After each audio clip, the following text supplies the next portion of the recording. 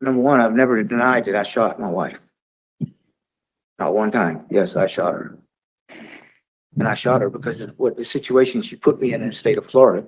And she was not as holier than thou person as Mr. Davis likes to proceed with. She was, what you would call it, psychopathic. She was not good either. And so-called bruises they went to school with, she gave them to them, not me. We are about to watch our very first Utah parole hearing, and we are going to cover, as his stepson says soon, an evil man, a monster, also a roach. When we're done with this hearing, we'll unpack it and then move to another new state, the state of Iowa. When we're done with Iowa, we'll go to a pretty much new state for us, the state of Illinois, and then we'll wrap it up with Louisiana and then a little bit from Connecticut. It's going to be a long night. I want to get all the different states in so that we can see the different cultures. Thank you, Richard, for finding this and making this possible. Now, with that, let's jump in. Good morning. We are on the record now. This is the time set for the original hearing for Howell Monroe Williams Jr. Is that you, sir? That is correct. Can you tell me your offender number? 140327. Thank you. My name is Blake Hills. I'm a member of the Board of Pardons and Parole, and I've been assigned to conduct the hearing. I need to swear you in, so please raise your right hand. Do you promise that the testimony you will give will be truthful and accurate? Yes, sir. Thank you. Mr. Williams, did you receive 7 days written notice of the hearing? Yes, sir. Did you receive a blue disclosure packet? Yes, sir. Did you review it? Yes, sir. Any questions, concerns, or corrections to bring up about the packet? It's quite a thing. There's a few things in it that are not the way they are supposed to be. Be more specific. In this PSI done by Miss Stephanie Ebero.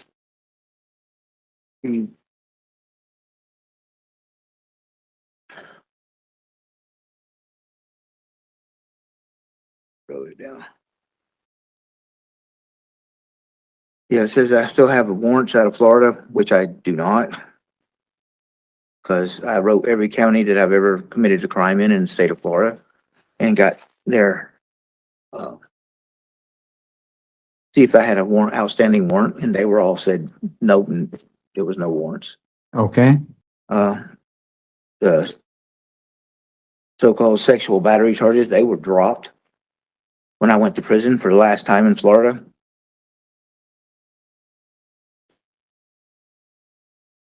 What else?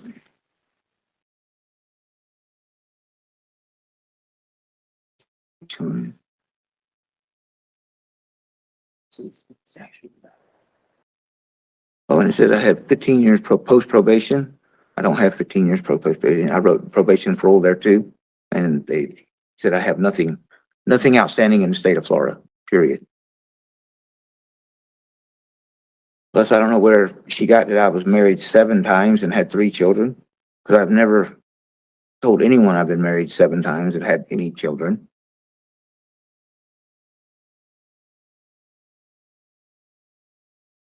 It's just inconsistencies.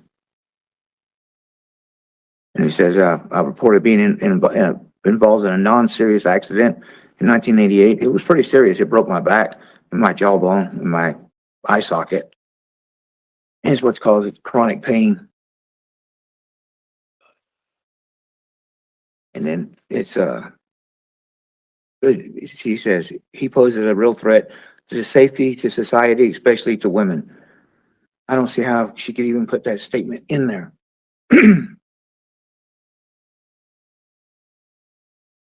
But those were just inconsistencies I could find in it. All right. Appreciate you bringing that up. Let me tell you how we're going to proceed this morning for your benefit, the benefit of those who are here or those who may be listening online. No decision will be made in this hearing today, so nobody should anticipate such a decision. That's something that will happen later.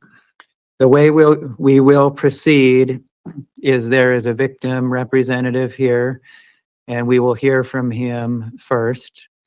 Then you will have an opportunity to reply to that statement if you wish. You're not required to. Okay. After that, I will ask you a number of questions about what happened, what you've been doing in prison, and what any release plans may be. And at the end, I'll give you an opportunity to bring up anything you believe the board needs to know that we haven't covered already. Okay. Does that make sense? Makes sense. And I want you and everyone else to know that I will ask hard questions. They are not meant to embarrass you or the victim's family or myself or anybody else. They are simply meant to gather information. You understand? Yes, sir. Okay. As I mentioned, we will hear from the victim representative first. Sir, will you please raise your right hand? Do you promise that the testimony you will give will be truthful and accurate? Sir. Thank you. Go ahead and put your hand down.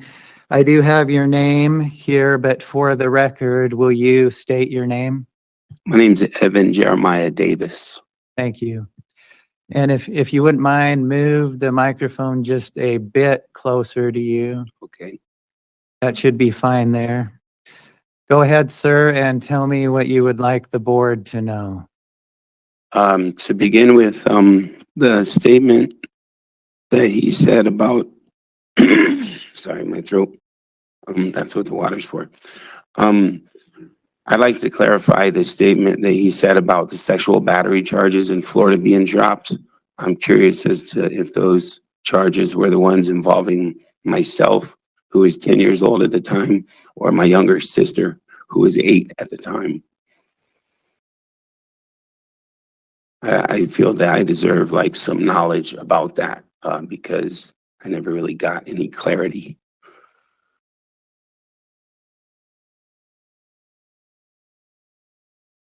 Oh, it's just to clear up that. Oh yeah, and then again, one more thing he said about how could they even put in the record that he's a danger to women. I think the record, this newspaper article kind of speaks for itself. I think that also speaks to his lack of character, wasting you nice folks' time talking about how could that be? How could somebody say something about me when he shot my mother in the head 8 times while she was taking a shower and dumped her body on the side of the road? And she wasn't found for a number of years. And I wasn't informed for an even greater number of years. Yeah, I was looking for my mother for like 10 years until I found out about this news.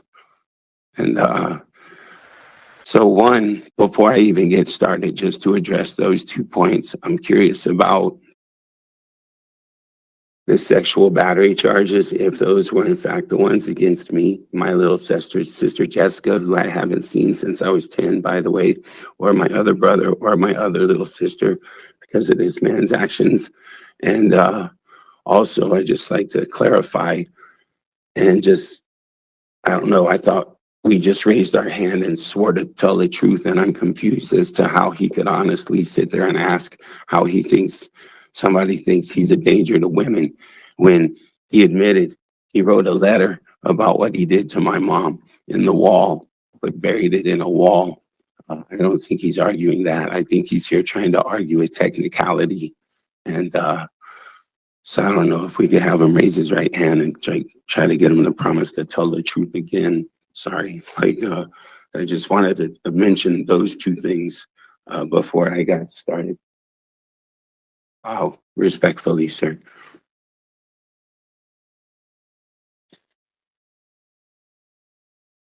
Does he get a chance to answer, or is that later? Or So we'll hear from you, and then he will have an opportunity to respond if he wishes. He's not Okay. required to. okay, It will be up to him. Just to make sure everyone knows what we're doing here, we're going to hear from you. And then we'll proceed with the hearing. I'm not sure whether you're wondering whether you'll ask questions and he'll answer, and you'll ask questions and he'll answer. Yeah, no, I am a little fuzzy because this is the first time I've ever been to one of these. It's the first time I'm informed that this one was going on. Otherwise, I would have been at the earlier ones. Understood. But it's So you'll make your statement. okay. He can respond if he wishes to. Okay. Awesome. So I should go, I reckon, huh? I should Yes, go ahead. Go ahead and tell me what you'd like the board to know. Okay, so as I was saying earlier, I was looking for my mother. My mother was a wonderful woman, very caring mother, very devoted to her kids. She worked a lot, so much so to the fact that some might have seen it as neglect, because she would work like various jobs, multiple jobs, odd hours. I was capable of watching my younger siblings to a pretty good extent. I was doing a pretty good job till this guy came and started beating everybody up and molesting people. It's at that point that CPS came and separated me, my little sister Jessica, my little sister Jillian, and Andrew. That is why we were taken from my mother, not due to lack of care. We were taken from my mother because this guy started molesting myself, my little sister Jessica. I hope he didn't do it to the twins because Jesus, they were only 5. I was only 10. Jessica was only 8. But that didn't seem to stop them. And the way he treated us, he beat us physically, he abused us emotionally. I saw him do the same thing to my mother. When we would go to school with bruises, that's when they would ask the questions, and that's when the CPS got involved. And that's what led to basically the disintegration of my family.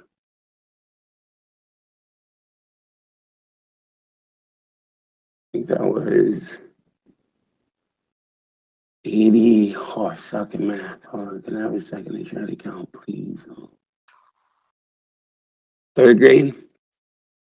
Forget how old that is. Sorry, the numbers are, I got a lot on the brain right now, but I was in the 3rd grade. This began in the 2nd grade.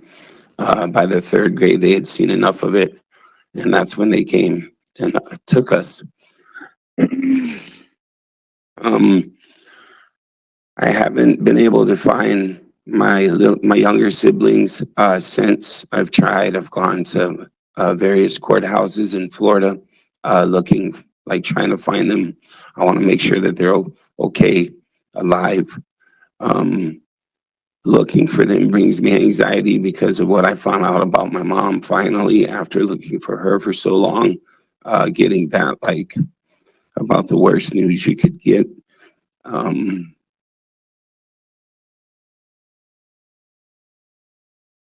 I need a pen. Can I please have a pen? I'm my English teacher. Sorry, man. Thank you.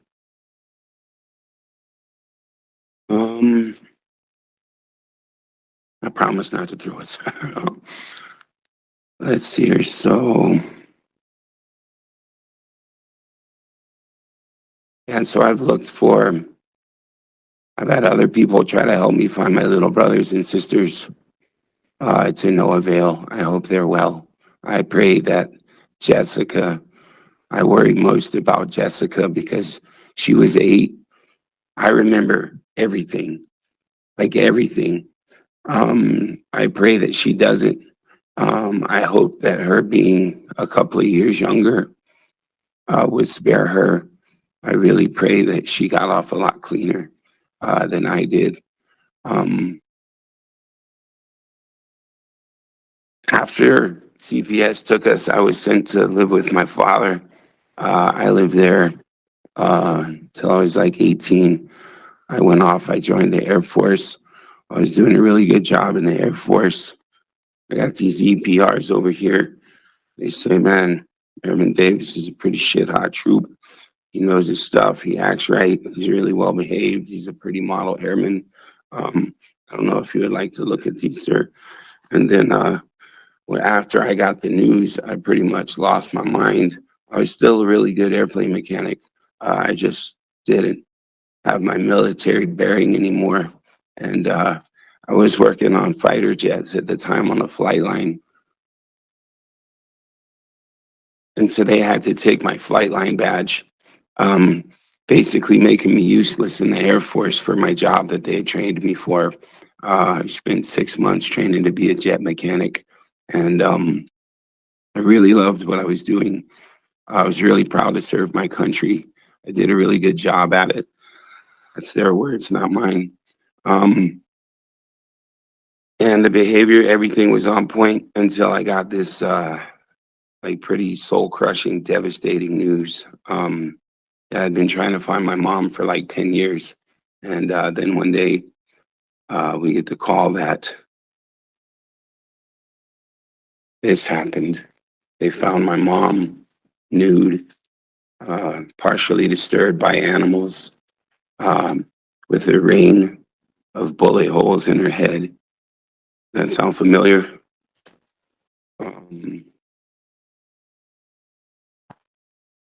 So needless to say, sir, a pretty promising career in the military was cut short because of this guy. I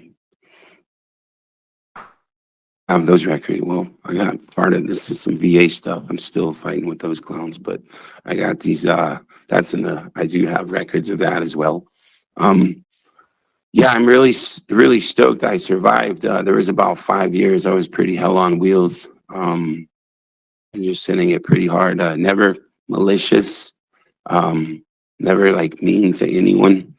You guys can check me here. I actually brought a copy of my background check. Yeah, there's nothing mean on there. Got some speeding tickets. But even in like the midst of my worst, could do nothing even approaching what I saw this guy do when I was 10. Luckily, I wasn't there to see all of it, but I've never approached anything. I've always used that as how to not act. So I guess if anything, actually, my mom taught me how to act. He showed me examples of how to not act, but my mother taught me how to act. My mother gave me my manners. My mother gave me my desire for education, which after like the 5-year storm, I'm gonna call it, I started going to university. I got a degree in social work. That was like kind of self-help for me. That was like my therapy. I couldn't afford a doctor. So rather than just sit there and mope and woe is me, I went and I got a social work degree, partly for me and partly because I wanted to help others who had perhaps been through stuff like me. While I was doing my practicums, I was this baby-faced, like 28-year-old kid. And the clientele that I was interacting with while I was doing my practicums, they were older and like bitter and jaded and like angry. And I was like screw this. Like, no, I'll go help kids. Like I can help, hopefully if I could be of service, if I go work at a school and help kids, because I know there's a lot of kids that go through what I went through. That's another reason I'm such a nerd and I'm looking for, and there it is. And yeah, it's like school. I always loved school. My mother always like, she really instilled in me school. I was always like, Mom, why you gotta work so much? I want to play. I know, honey, I know you want to play, but mommy's gotta go to work. Mommy's gotta go to work. And so that, that is what it is, man. That's life. That was all good. Everything was all good. Everything was functioning and working until this fool stepped into her life, our lives, and ruined all of them. Like, just like utter devastation. Like I say, I hope Jessica got off clean and doesn't remember as much as I do. I hope the same for the twins. They're much younger. I think there's a better chance that they escaped the memories. Yeah, after the social work thing, I said, man, I can be a better service helping kids, not turn into these people. So I got the master's in education, got a teaching certificate, went back, I got a TESOL certificate, a bachelor's degree in English, because I was thinking about going to teach overseas. And I wanted to be like the best teacher I can for my kids. And so just always trying to better myself. And yeah, just not take up space like some of these cats do. Yeah, so even though like my interpersonal life got wrecked, uh I refuse to let him like win. Like I've had a kick-ass life. I've traveled the world like 3 times and counting. I got like 30 stamps in my passport. I got job offers in multiple countries. I got job offers in multiple states. I was able to come here. It was a bit of a trip. I was more than happy to come here. Like I say, this was the first opportunity that I had. I wasn't aware of the other hearings, or I would have been here sooner to speak on behalf of my mom. What this man did to my mom is just disgusting, reprehensible. What I saw him do when I was 10, what I witnessed as a little kid, up until what's in this newspaper article. Just heinous beyond heinous. I mean, I get it. People get into arguments and they might fight sometimes, but this is just cold-blooded, like next level murder, aggravated murder. You don't shoot somebody in their head 8 times while they're taking a shower and claim it was an accident. Especially not with the behavior that I witnessed that led to us, me, my little sister, the twins, getting taken away by the state of Florida. The state of Florida felt the need to intervene because of the bruises that we would go to school with. And Jessica, my little sister Jessica, she was in pre-kindergarten or first grade. I was in the 2nd grade when this started, and the 3rd grade when they came and took us. It was when she mentioned and started playing inappropriately at whatever childcare facility she was at, talking about getting married under the table, was the way she termed it. Does that ring a bell, Howell? This girl was 8. This girl was 8. Can I ask you, sir, what do you think should happen? In other words, the question is, before the board, should we grant parole? Should we have a rehearing or something else? I want to make sure that I allow you to speak on that before we run out of time. Can you tell me what your position is on what decision the board should make? And if you don't have a position, that's fine. I just want to give you that opportunity. Well, to preface that, back when I was 10, he showed me a stack of Polaroids. And they were kind of like a prized possession of his. And maybe he'll answer this later, maybe he won't. That's his prerogative. I'd like to ask him, did you kill those ladies too? Where my mother was found, several other victims were found about the same time. Did you kill them too? And like, not all of them, maybe it was just a couple of them. My brain don't quite work like yours, so learn me, please. Riddle me this. That's to him, sir, not you. I know what type of character this cat is. He's gonna sing all kinds of songs. He already started his statement with a couple of them, talking about how could they say that I'm a danger to women when he shot my mom in the head 8 times while she was trying to bathe.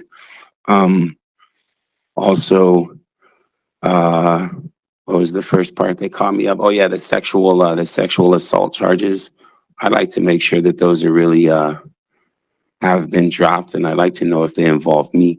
Like, I can't get any information about that stuff. It's bizarre. You'd think like, hey man, this is me. Like, I roll in there with my ID, my passport, multiple forms of identification, and I get stonewalled. I think he's an absolute danger to society. I think anybody that has wives, grandmothers, women, children, he would do it to any man that he could physically overpower. 10-year-old little boys. I'd say pretty much everybody's on his menu. And in my understanding of the law, that's what the prisons are for, or for dangers to society, sir. And I honestly, genuinely think that this guy is still that. I don't think he's changed. I don't think that changes. My friends tell me all the time that I'm crazy, and I tell them they're absolutely right. I'm crazy as hell, but I'm not evil. You can't fix evil, sir. And that cat is evil. And the stuff he does is evil. Thank you for making that statement. I want to make sure that Mr. Williams has an opportunity to respond and that we're able to cover some things. So I want you to know that I really appreciate that statement, and I think it's pretty clear what your position is. Thank you, Mr. Blake. I appreciate you and the board's time. So thank you. You go ahead and remain there. Mr. Williams, you're not required to respond, but you do have the opportunity if you wish. Do you wish to respond, or would you choose I do. to move on? I do wish to respond. Number one, I've never denied that I shot my wife. Not one time. Yes, I shot her. And I shot her because of what the situation she put me in the state of Florida. And she was not as holier than thou person as Mr. Davis likes to proceed with. She was, what you would call it, psychopathic. She was not good either. And so-called bruises they went to school with, she gave them to them, not me. The other thing is, they're living a lie. Maybe he should go ask his brother BJ. I know what happened there, and she coached him into saying it, and it put me in a situation, and I ran. Then when I found out what she did in the state of Utah, I shot her. I've never denied that. So, I'm not, he can have his statement. I don't care. One thing I say, like I said, I did learn patience. I've been locked up for 27 years. Today's day one of year 28. Whether I spend it in prison or spend it on the streets, that's up to the board.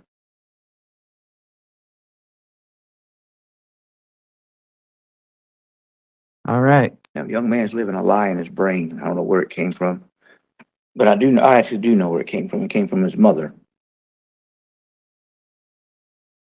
You tell me how many times you shot the victim? One time, the gun was a sheared firing pin, and when I pulled the trigger, all 8 bullets came out.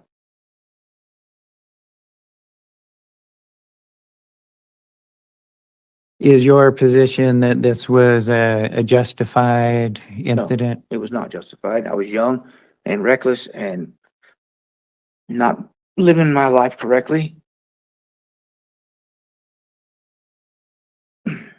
It sounds like in your mind at the time, this was revenge for things that you perceived. Is that accurate? It probably was at the time, but I was only 20-something years old.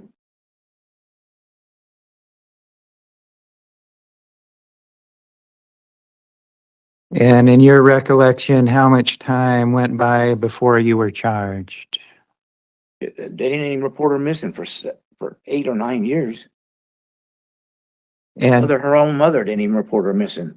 okay, during those 8 or 9 years, did you think of coming clean or reporting this to anyone? Absolutely not. I had survival instincts. What? That Survival. I have survival instincts. Every human does.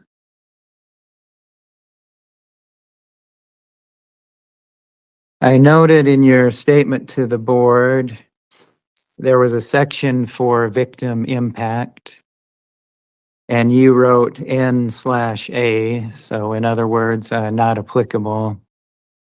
I'm interested in your point of view, why you would write not applicable for victim Still, I impact. didn't have any victims in the case because her family members didn't care about her. They didn't report her for 9 years. And the only reason why her mother reported her was when she came to my house in Live Oak. She came up she had a police officer bring her to my house. She didn't say, "Where's my daughter?" or "Where's Casey?" or "Where's Barbara Williams?" She didn't say that. She said, "Where's my money?" Because she had used money from a trailer to get me out on bond. And I told the cop to remove her from my property. And that was the day she went down and turned her missing report in to Bill Goatee at the FDLE.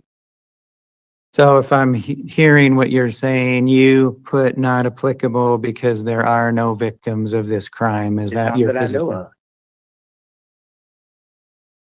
Victim was my wife. Seems like it had an impact on her. Yes, sir, it did. Tell me about your history with substance abuse. I've used quite a lot. I've drank quite a lot. Pretty much every drug available, is that fair to say? Well, mostly downers Beginning at age 13, at, yes, about 13. did the drug use help, hurt, or have no impact on your life? No, it hurt my life. Tell me how. Well, you do drugs, you don't go to work, and then you steal and do other shit to try and acquire the drugs. Led you to a life of crime, is that what you're indicating? It was a crime because of drugs. How would you describe your mental health condition currently? Currently, it's well. Any issues that are not being addressed that should be? No.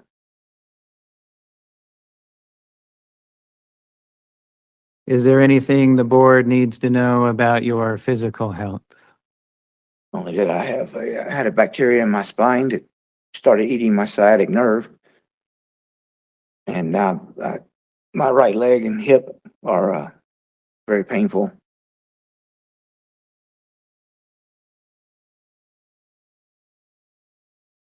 In addition to pain, tell me what other impact, if any, it has on your physical condition.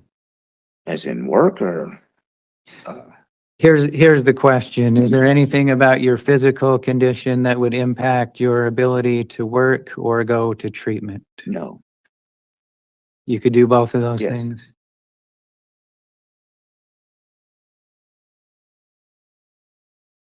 You're in a wheelchair today. Yes, sir.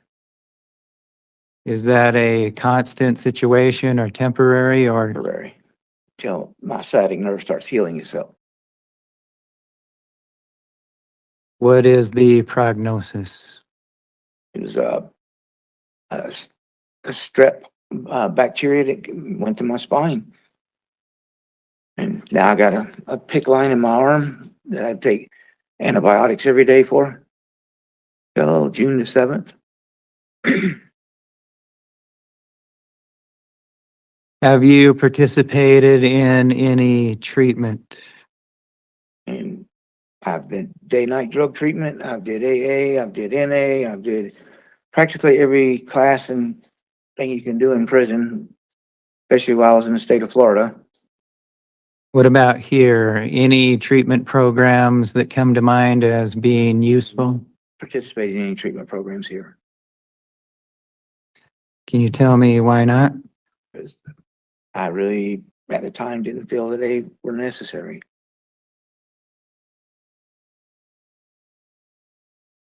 Sounds like you were given the opportunity for treatment and declined. Is that accurate? Well, my caseworker asked me to go to anger management, and I really don't have a problem with my anger.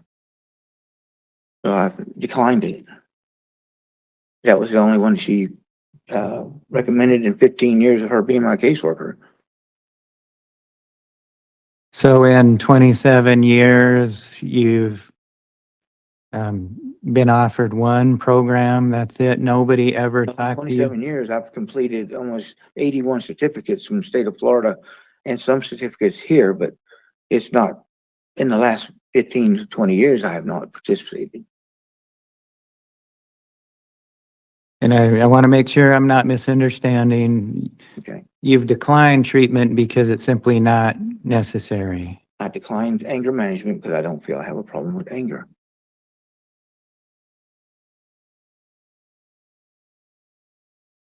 And no other issues that treatment would be beneficial for? No, sir. I mean, I could probably use drug treatment or go back to AA again. I know alcohol's a bad problem of mine. If I start drinking, I fail.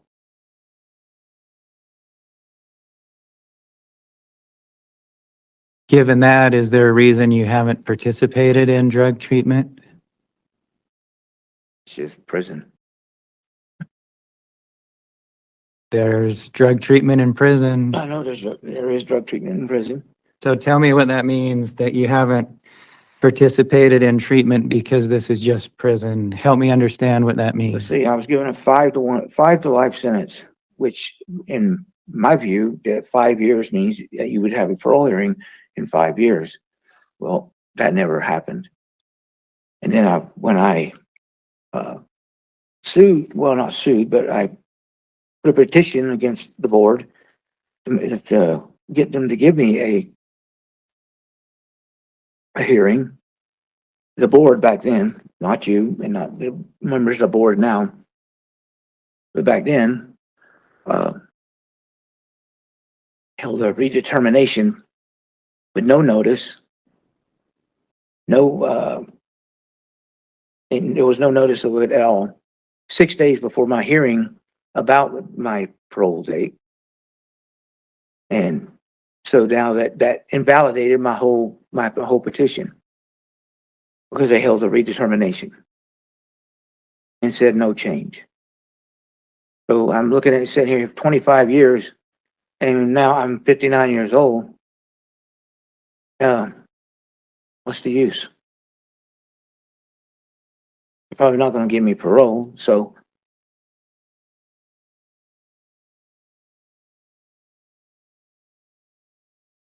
there are all these people that are misled about what really happened in life. Meaning what? All this BS about this sexual battery crap. What does that have to do with declining drug treatment? I'm going to be in prison for the rest of my life.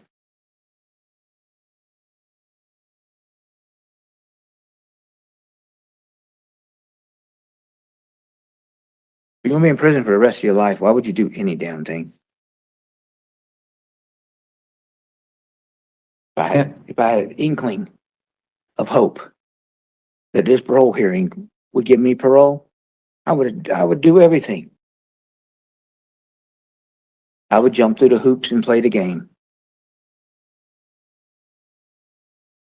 Rather than do treatment to make yourself better? I'm better in my mind already.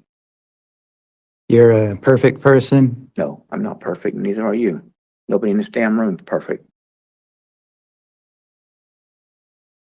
It seems like everybody has things they could work on if they chose to. Yeah, but I don't need to work on it. But yeah, they wanted me to go do it. I will go do it.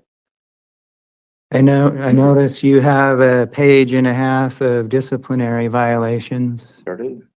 Can you tell me why? What's going on that leads to these violations? I'm a tattooist. I do tattoos. It's how I make my money. I don't do it anymore. I retired like 3 years ago. Too many surgeries on my hands. A number of them were for intoxication, controlled substance use. Mhm. Is that Alcohol. related? Alcohol, like I said, it's a downfall for me. Okay. So those ones aren't related to tattooing. They kind of mix. Tell me how. You get drunk and you tattoo.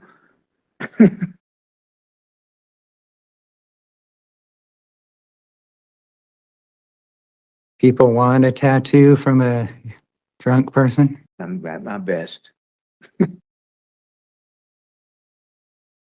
Matter of fact, I noted that you have a disciplinary violation from less than a month ago and 3 in the last year. I'm curious, how do you think that looks to the people in the prison or the board or anybody else? Well, like I said, I didn't ever expect to be here in a parole hearing at all.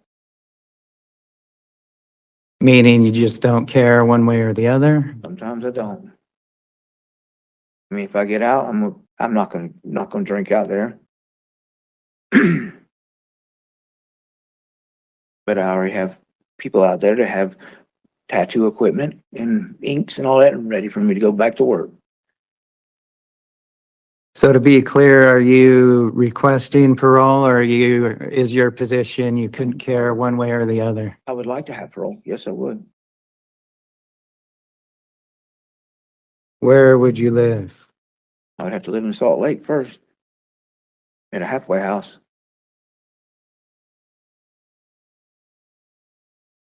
And you would support yourself through tattooing? No, I would get a regular job somewhere.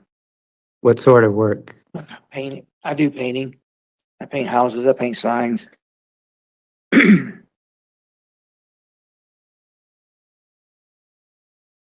Any thought of participating in treatment at that point? I would do in-house treatment or out treatment, What sort of treatment? mainly drug and alcohol.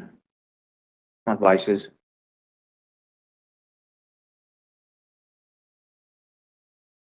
Do you feel that you've changed since you've committed this crime? Yes, sir. Tell me how. Well, I've learned to control things about me. If I would have been more mature, I wouldn't have shot Casey. But she would not leave. She just tracked me down over and over and over again. You've been pretty clear that you blame the victim for this incident. Absolutely do not. I don't think that's a question here. No, I don't blame the victim. I blame me. All right. And what would you have done differently then? I would have had to run like hell, but I would have done it differently. It wouldn't have ended in a homicide.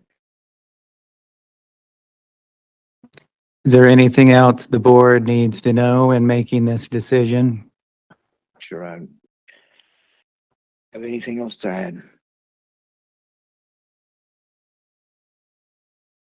This is your opportunity. Nothing more to say? What is there to say? What? What is there to say? I mean, It's up to you, not me. no. All right. I'd like an opportunity, but if it doesn't come, then just this is my fate. Out of curiosity, do you believe that you'll get parole if you continue to commit one disciplinary violation after another? I know. Huh? Not at all. Seems the chances are less than zero. Chances are less than zero. So let me ask you, what is your intention? To start following the rules or continue violating because that's just what If you there's a do? possibility of parole, I would stop violating the rules and get a handle on myself even more. So it would be a give and take, it sounds like, if If you're promised parole, you'll behave, but if there are no promises, you won't. We're not gonna fall with that. But if you promise parole, because that's invalid. It's, if I was to, had hope of getting parole, yes, I would do better. But I really didn't, I never have had hope of getting parole. Hell, I got people writing here that I'm a threat to society and everything else. Almost where I'm to the point where I don't even care. It's All right. prison or the streets. I mean, it's one or the other. It's all the same to you, it sounds like. Right now it is. Okay. Sorry. As I mentioned, you don't receive a decision here today. Yes, sir. At least 3 members of the board must agree on what comes next. And that decision will likely be a month or 2, perhaps even 3 months in the future. I'll have patience. Any questions about that procedure? No, sir. I would like to thank everybody who appeared and participated today. Yes, sir. The hearing is concluded. If you'd like to write the board, you're welcome to do so. If you do, Mr. Williams will get a copy of your letter and he'll have an opportunity to respond. Wow, what a hearing. I'm just blown away by what a monster we just watched. We watched evil. We did. As the survivor stated, he said, my friends might call me crazy, and I am crazy, but I'm not evil. That cat is evil, and he is evil. And not just that, but thank you, Richard, for. We'll get into thanking Richard soon. We have a lot to thank him about as usual, but he was suspected of being a serial killer. Is serial killer stalking hookers in Great Basin? And I am not alluding for any moment that his mother, who is third to the right here, was a hooker. There's no information that would state that. It's just that her body was found in the same area with these other women who were. Okay. So I just want to make that very clear. And it's a newspaper. I'll put the links in the description, but basically they're looking for a serial killer and his name is not mentioned because they, of course, did not yet know who was responsible for all of these killings. And this was March 20th, 1994.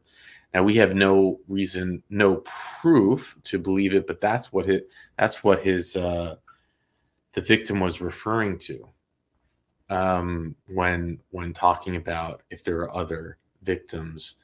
We also have information, I'll just bring it up right now because I think it might be on a lot of our minds, which is when the victim said, was he not guilty of those sexual assault crimes? I know that I was the victim. I come in with my license and Richard found it. And guess what? He was found totally guilty. He's on the registry. Let's share this screen as well. Under the age of 12, okay? In 1992. Of course, he somehow was able to have another conviction in 1997 for the same offense. This was Florida just releasing him right away. So, but it's just a child. But here it is, guilty verdict. And I don't know why the victim couldn't find this or if he knew that this did exist, but he was looking for it was overturned. But he's still on the registry. And if you want to look at the statute, just for proof of it here, person 18 years or older commits sexual battery on someone less than 12 years old. Two of them. Thank you, Richard, for making sure that we saw this. Now,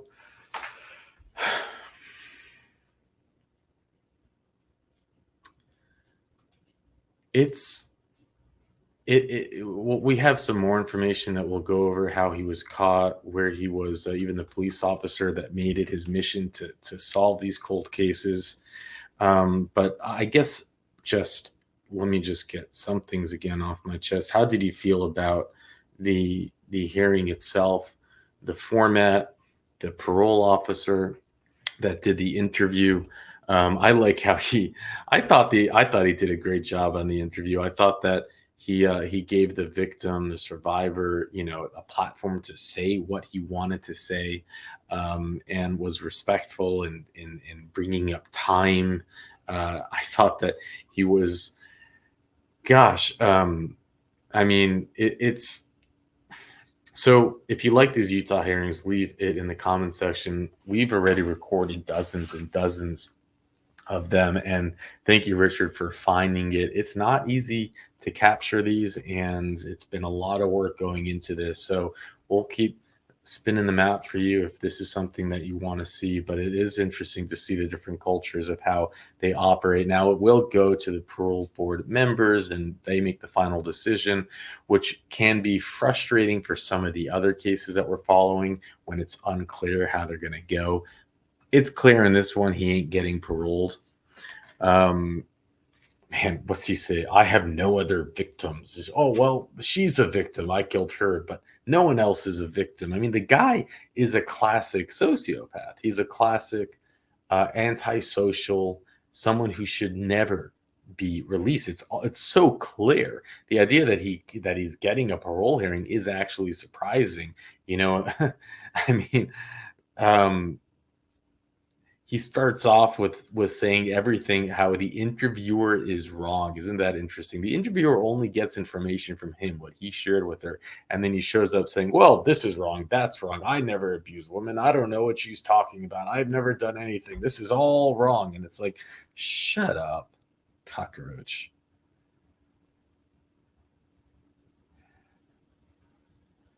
I pulled the trigger and all 8 bullets flew out. I only pulled it once. It was one of those guns that are somehow broken and they become fully automatic. He asked him, so why all the write-ups? Well, it's my job. I do tattooing. Well, what about the substance abuse? Well, I drink and tattoo. He's like, people really want to get tattooed from a drunk man? And remember, this is Utah, where prohibition against drinking is still. I lived in Park City, Utah, for a year. How did I forget to mention that? So I loved it. I lived in different states, and I loved it. I would have stayed there if it was up to me. I mean, Park City, Utah is like a dream. It's like on my lunch break, I would take my Jeep Wrangler that I still have, 1997 Jeep Wrangler. I would drive it to the mountain, do a run. I'm a snowboarder, or was a snowboarder. It's been a while. And then come back within the hour. I'd be back at my desk. From there to back. And it was just so beautiful in the holiday season, the way with all the snow and the lights and but in Utah, you still have to get the liquor. You actually, they're state-run stores. You can't just buy liquor anywhere. It's very regulated and official, and so even it's probably even an extra strike on you that you're drinking in prison. But we'll see more of that in the next parole hearings, how their culture works. Let's go through some of and then we'll go to another new hearing. We'll go to the state of Iowa, which is quite interesting as well. So let's go over. So this was written in 1999. So he was extradited to Utah last week after it's Joab, right? Joab County Sheriff's Office. I've heard it mentioned so many times, and this is the Petito case too, right? Is that where it happened? Sheriff's Office identified the body of a woman found off I-15 as Barbara K. Williams. In March 1991, Deputy Justin Kimball and Sheriff Carter discovered the woman's body outside of Mills, which is 88 miles south of Salt Lake City. Williams had apparently died of a gunshot wound. but her body was not identified until recently after policemen in Florida entered information about a missing woman into their National Crime Information Center. So the police officer in Florida put as the missing woman. And the Joab County authorities matched the fingerprints of the missing Florida woman to those of the dead woman and issued a warrant for the arrest, who was serving time in Charlotte Correctional Facility. Williams appeared in 4th District Court Tuesday. If convicted, he could face the ultimate penalty. Let's see if this is... Yeah, here's where it shows that he was being held on a parole violation in Florida. This is when they're working on the extradition.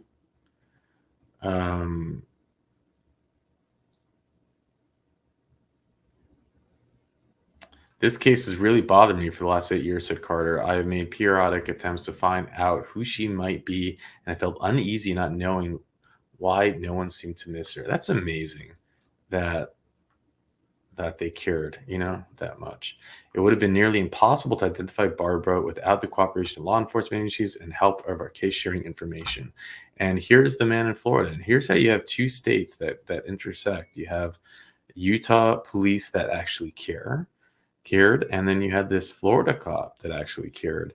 And thank you, Richard, for calling it out again. So this was written in 2002, but because you had, and there's my dryer again, and someone put in the comment section, because I was complaining, Mandoo, you can put it on silent.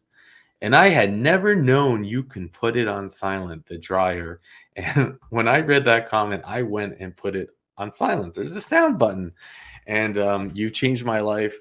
I can't remember who wrote it, but you changed my life. Thank you. And it apparently, the sound just went back on, but I had not been bothered from that sound in a few months, maybe, since that comment was written. So I'll just put it on silent when I'm done with this. Now, they're talking about this kind of like superhero, awesome police officer, and they go through a whole article about him. And then at the bottom, they talk about a specific case that was important in his life. 2 memorable cases. So Goody's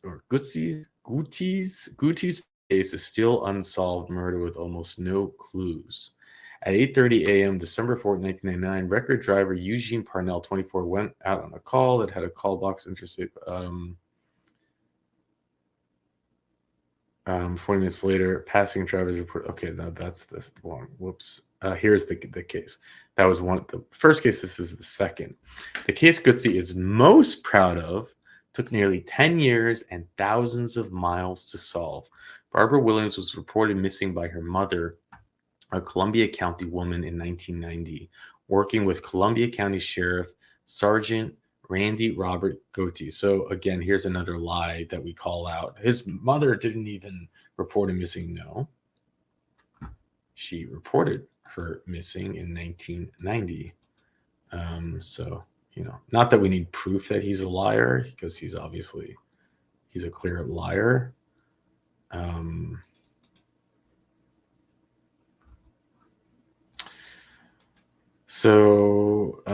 Working with the Columbia County Sheriff, Sergeant Randy Roberts was able to identify a woman found dead 4 years later outside of Utah as Williams. Her ex-husband, who had gone on a second marriage and second divorce, was identified as a suspect in 1999. Here's another cash in his lie. I've never been married that many times. Howell Williams was being held in Charlotte County in a theft case when Utah officials delivered his arrest warrant to Barbara. During my now, here's the thing that amazes me. I just don't understand it. But during my interview with him, he made reference to finding the Lord, but he denied killing her. I told him, if you found the Lord, you need to do right by this. Hal Williams dropped his head and cried and told him and others that he did want to do right, and he confessed to the murder. And again, why this is something I don't understand, which is, how does a true sociopathic monster cry and confess when he did have nothing to gain? And it makes me just wonder, is he a sociopath? Is he a psychopath? Maybe he's just really immature and evil, but he does have, like, you know, I just don't know how this stuff works, but I don't know. How else can you explain it? He had nothing to gain by confessing, and there's no way they could have gotten him on this. What really surprised me about that case was that after he went to prison, he wrote me a letter and thanked me for confronting him with his burden he had carried all those years. This case also helped bring some closure to her family. So again, to me, it blows my mind. I don't understand how these work, but this part of why we do this, it's confusing as hell. Although bottom line is we saw what a monster he is. We saw what a degenerate he is. We saw that he belongs to be locked up forever. And Number one, I've never denied that I shot my wife. Not one time. Yes, I shot her. And I shot her because of what the situation she put me in the state of Florida. And she was not this holier than thou person as Mr. Davis likes to proceed with. She was, what you would call it, psychopathic. She was not good either. And so-called bruises they went to school with, she gave them to him, not me.